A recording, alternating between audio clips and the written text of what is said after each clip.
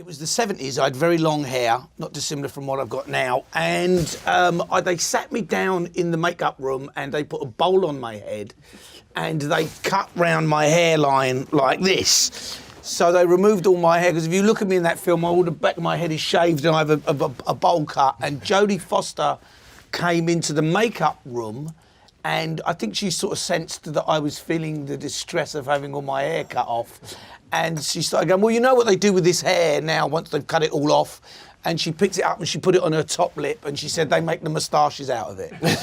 And so that was kind of like my enduring memory of learning from the pros. Learning from the pros. I think, and at the time I was like, God, Jodie Foster's really tough. And I didn't, but looking back on it in retrospect, I think she was just actually trying to be sort of friendly and nice and kind of make it easier. And so many other greats you went on to work with. I mean, as a Yeah. child actor, you were in massive projects, The Elephant Man, The Long Good Friday, Revolution. I mean, when you're going to work with the likes of Al Pacino and David Lynch, what kind of reaction are you getting from the people around you, your schoolmates and your parents who are teachers, you know, and not in the business? So what was that like? It was sort of difficult in a way. It sounds a strange thing to say, because it's like we should also have such problems to go and work with David Lynch and you know, be at the Royal Shakespeare Company and be in A Midsummer Night's Dream with Patrick Stewart. But I went to an ordinary comprehensive school, and I suppose I was always sort of different. I was,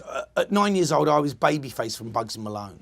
And that did separate me out from my peers. But the work is where I really thrived. That was where I kind of understood best who I was. That's where I seemed to fit in, because like I say, from 6 years old, that was, you know, where I went. That was the most exciting place to be. That was always full of creativity and energy and excitement. Now, you had another great ensemble on Press Gang. You are an icon to my media generation of Brits for 43 episodes of Spike. This is a teenage newspaper series which inspired me, and I'm sure you've heard so many others, you know, to go into journalism careers. Yeah. So how aware are you of the impact that had on the audience, on the career of its creator, Stephen Moffat, and the career of you yourself when you were in your 20s playing a teenager? Yeah, I mean, look, look, it's not unusual that I meet journalists of a certain generation and go, that show sort of lit a fire under me to write. And I think that's part of the strength of something like Press Gang. Press Gang was a show about kids running a newspaper, and what I think is wonderful about that is that it's the creative endeavour to write, to create, to find something, to chase a story, to write a story, to tell a story. That's really what journalism is about, or particularly that show was about. I mean, it was about the kids that were sort of involved in it, but we're all supposedly teenagers, like you say. And what I'm immensely proud of is that meeting people in my line of work as I go around and get interviewed, and they say to me, it was that show that inspired me to do what I do. And that I can't help but be proud of. But like you say, Stephen Moffat is an incredible writer. He wrote every word of all 53 episodes or whatever it was, which is fairly unusual, I think, even by today's standards. And he was a 27-year-old school teacher who sort of fell into writing for TV. I'm very proud of it. It's part of my history, which is great. And I like to say, I was playing a teenager into my late 20s. That sort of maybe played into a little bit of me refusing to grow up. You know, you kind of, you know, there's this theory that your early success kind of tends to kind of halt your development as an individual. And I struck gold at 9 with Bugsy Malone. I didn't grow up for a long time, and something like Press Gang was fine for me to carry on playing a teenager into my late 20s, because I kind of tended to maintain my childlike outlook on life, you know. And it led me to write my first film. And what it is that, you know, as a child actor, you have all the responsibilities of the adult. You have to learn your lines, you have to be on time, you have to understand, you know, you have to work a long day like the adults do. So your responsibilities are the same as the adult. But then, of course, as you move forward and the older you become, you kind of are locked at a certain stage of development. And as an adult, I found that I didn't function so well as an adult, because I was used to being on set and things being taken care of for me. So it's this very strange kind of crossover point, and that's what led me to write my first film, Wild Bill, which is really about a child who's a man and a man who's still a child, which was very much based in my own experience. So talk about how you were able to make that, because presumably the industry saw you as one thing, and then you had to, rather like you have as a director now, you had to sort of reinvent yourself and say, no, I'm an adult actor. Lock, Stock and Two Smoking Barrels was key to that as well. That was a huge turning point. I got to a point in my late 20s where that kind of whole childlike, approach to my work and my craft and my career and just ran out of steam. And then I had my issues with drugs as well, which is fairly predictable, but there's a form of escapism in that, which is, maybe inevitable. Maybe that's what leads down that path. And yeah, I got to my late 20s and my life literally fell apart. I was going bankrupt. I felt like looking back, and I'd squandered these incredible opportunities that my early career had presented to me, and I derailed quite spectacularly. And it was only in my late 20s, I'd been lucky enough to work with Alan Rickman when I was 14 in the theatre. And he was best man at your wedding, right? He was best man at my wedding because he introduced me to my wife. Oh. And in doing that, she's a theatre director from Lithuania originally, and she came over to London to direct and kind of get involved in theatre there. And Alan kept pushing me to go and do this play in a pub theatre that that was a Goldoni restoration comedy, and I was like, I can't do that. I had absolutely no belief in my own ability and craft at all. But I eventually took this job. After squeezing her knee at an audition and spilling orange juice on her and various other stupid Your things. charmer. My old charm. Anyway, I took this job, but it was a huge turning point for me because her approach, she came from the old Soviet school it's called GITAS, this incredible academy where she, trained as a director, and that sort of reignited a passion and love for acting that I'd kind of lost, and it was born of my own innate ability, my talent and my experience, but also rediscovering what that was. And that was the huge turning point. And so through my relationship with her, and of course we fell in love and we got married and all these, and I sort of went back to the beginning, as it were. Mm-hmm. And then somewhere along the line there, I was in Lithuania, and Mike Lee came to talk in Lithuania. He came to give a talk about Secrets and Lies, I think it was. And I was like a massive Mike Lee fan. I'd watched Mike Lee with my dad. I was a huge Mike Lee fan. So I went and sat in the audience like you guys are now with Mike Lee in Lithuania in this tiny little place in Vilnius. And eventually at the end he said to me, where do I know you from? Because I was this London guy in the middle of Vilnius. It must have been fairly extraordinary. And I said, I'm an actor actually, Mike, and I really love what you do. And he said, oh, right, okay, write to me. So I was okay. So I did, I wrote to him because I had this really newfound passion for acting, and I wanted to discover who I could become as an adult actor. So I did, I wrote to him and never heard anything. And then one day I suddenly got a call, well, Mike Lee wants to see you. So I was like, great. So I went and saw Mike Lee, and he had my letter on his lap. And he said, I know who you are. And he kind of read my letter and we kind of talked about stuff. Anyway, the long and the short of it is he gave me a job. And Mike has a very particular way of working that I was really interested in, this improvisational development, and, that was really exciting to me. And I worked with him for 9 months, and it drove me mad because I didn't know, what was going on half the time. But it was very intense and really absorbing, and I was cut out of the film completely that he made, but that wasn't really the point. The point was that I kind of worked with this incredible auteur, I suppose he is in his own way.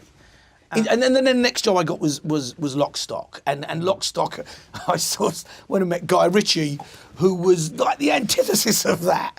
I was like, yeah, do that again, but just don't move your eyebrows so much.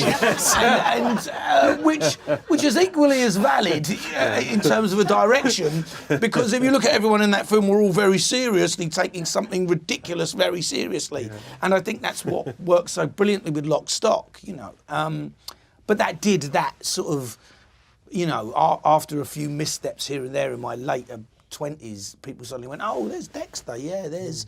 And that slowly again started to open things up again for me. So it sounds like your confidence was back, helped by your marriage and your mentors, and now you're in a perfect position to take control of your career and write Wild Bill, a wonderful film about an ex-convict trying and failing to be a good dad to his two sons. Mm-hmm. Of all the experiences you've had, why was that the story that you wanted to tell, and how did you end up directing it as well?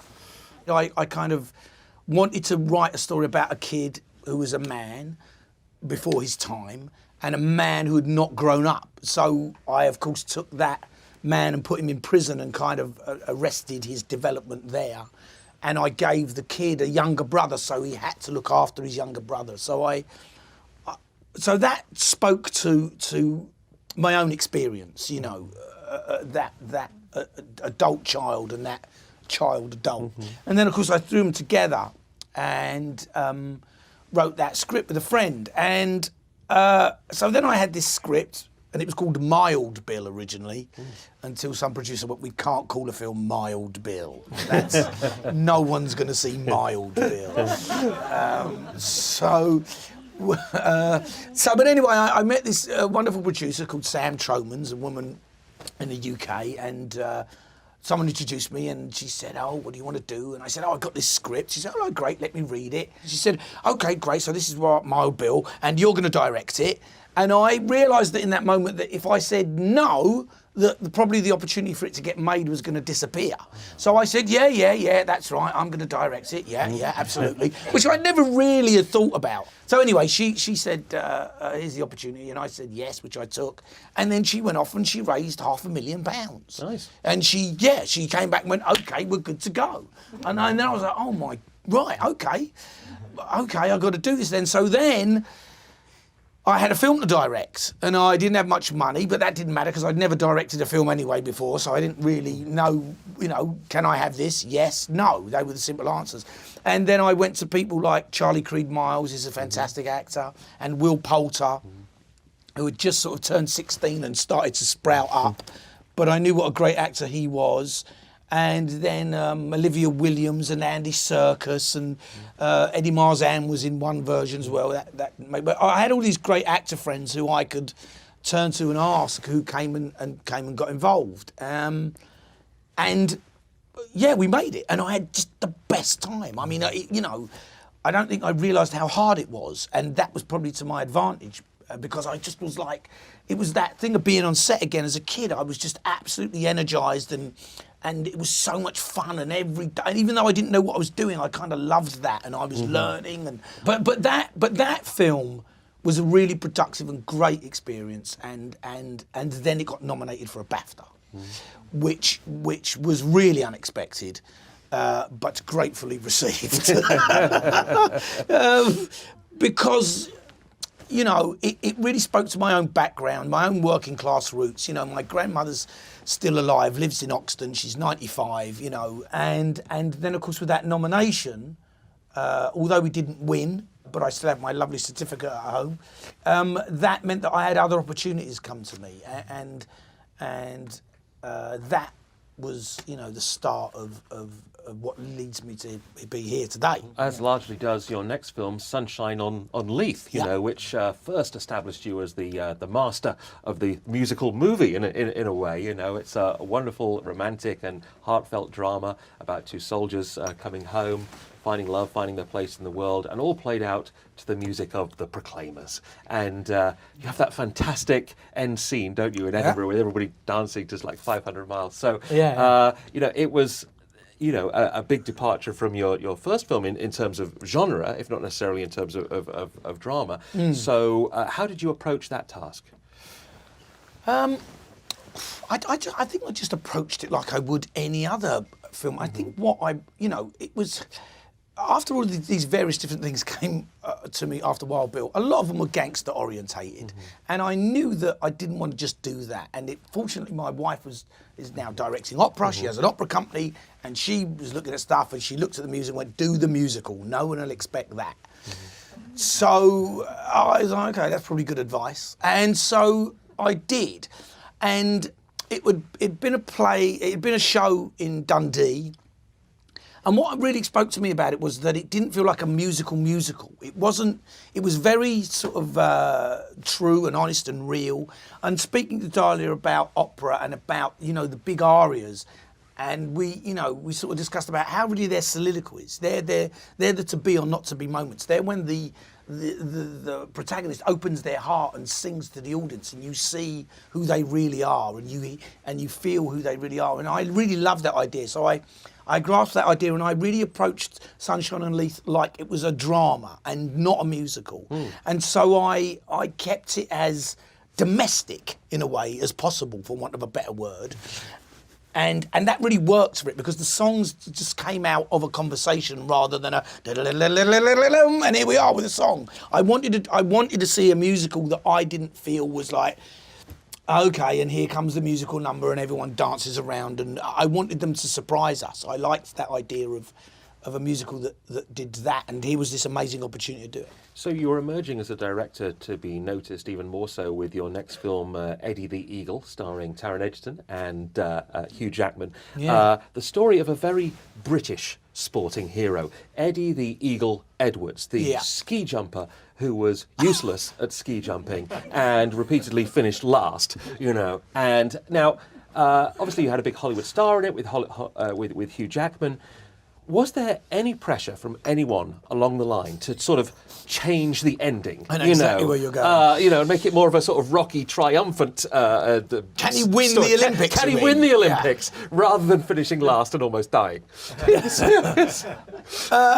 No. Oh. Is the short? No, because I think this was the kind of beauty of Eddie. He's the perennial trier. He stands up to that scrutiny, that he was a real trier, and that was really what was important about that story. And I think what I really engaged with, and that it's not the winning, it's the taking part. And I was like, Eddie the Eagle, wow, okay. And Matt Vaughan brought it to me. Now, Matt Vaughan was someone I'd worked with on Lock, Stock and Two Smoking Barrels. He was the producer on that. I'd known him 20 years. He'd put me in all his films and invariably kills me in all of his films, which I try not to take personally, but it's relentless, so it's hard to ignore that. But he is a great supporter and a great friend, and an incredible producer, and to have that opportunity, of course, was incredible. And was it Matt Vaughan that brought you Taron Egerton? Yeah, he's like, I want to do Eddie the Eagle with Taron Egerton. I was like, what? And he was like, no, it's interesting. You should have a look. So I took that script, and I knew it was a great opportunity for me, because I knew that I wanted to move forward, and this was a way of doing that. And so I had to take it very seriously. And then I had to dive into what really is compelling about this. What can I say about it? What can I speak to with this story? What's the human element of it? But what I loved about Eddie and the story, and even sitting with Eddie when I met him, was that, and he came with his daughters to meet me when we sat down. I wanted to talk to him, and he came with his sort of 7-9-year-old or whatever, and they sat on the sofa and they went to sleep. They were really tired, and he spoke, and I was like, there's a great man here. He had this Olympic attitude, and that was like, you've got to do it. You've got to keep fighting. You've got to keep. And he really was the embodiment of, it's not winning, it's taking part. Of course you want to win. Of course he does. He's an absolute winner in his very fibre and being, but he takes part. He engages with it, and I loved that about him. I loved that about the story. you'd proven at this point you could rise to any challenge, but then you faced a really unique challenge on Bohemian Rhapsody, coming in to direct late into the process. How did you win the authority and the confidence of cast and crew who'd got used to working with a previous director up to that point on the film? Oh, I just ignored everything they said. Yes. I was like, no, we're going to do it my way now. And I mean, there was a degree of that. I mean, the thing was, after Sunshine on Leith, it went to the Toronto Film Festival. This is the brief summary. And it went to the Toronto Film Festival, and Graham King and Dennis O'Sullivan, the producers of Bohemian Rhapsody, came to me and went, we have the Queen musical. Not Queen musical, the Queen biopic. Mm-hmm. So I was like, great. So we started developing that, and I worked with a writer called Joe Pennell, who is a friend of mine, playwright. He works on Mindhunter and The Road. He's a great writer, and I wanted to create something that was fairly punchy, because I felt, 70s rock star band, it's a bit of tussle there, good bit of drama, that could be really good. And that moved further and further away from maybe what they were thinking, and it was at Sony as a project. And somewhere along the line, that fell apart, as they do, for various reasons. But I'd done a lot of work on the script with Joe. I'd done a lot of research. I knew the guys. I'd met the band. Also, you're not coming into it blind at all. You had all this background. So exactly. So then that went away, and then Eddie the Eagle came up, and I jumped into Eddie the Eagle, and then Fox picks up Bohemian Rhapsody. So I had a relationship with Fox. And so when they started hitting a bit of a speed bump with the production that was 2/3 of the way through, and it looked like they were losing their director, I got a call, and they said, hey, look, are you interested in taking over on Bohemian Rhapsody? Because, I suppose I seemed like the obvious choice. I was attached to it as a director before. I'd done a whole load of work. I knew the material, and I'd just done Eddie, and they were like, we like that film, that's good. He was a safe pair of hands. He was solid, And so I said, yeah, I'm interested. They go, okay, we need you to start on Monday. and I was like, yeah, but it's Thursday. They're like, yeah, but we need you to start Monday. I was like, whoa, that's not a lot of prep by anyone's standard. They said, yeah, look, we've had to shut down production. We need to get going. And I said, okay, well, let me watch it, and then I'll let you know. They said, no, it's a yes or no answer now. So I'm like, wow, okay, they're really up against it. How much can I get?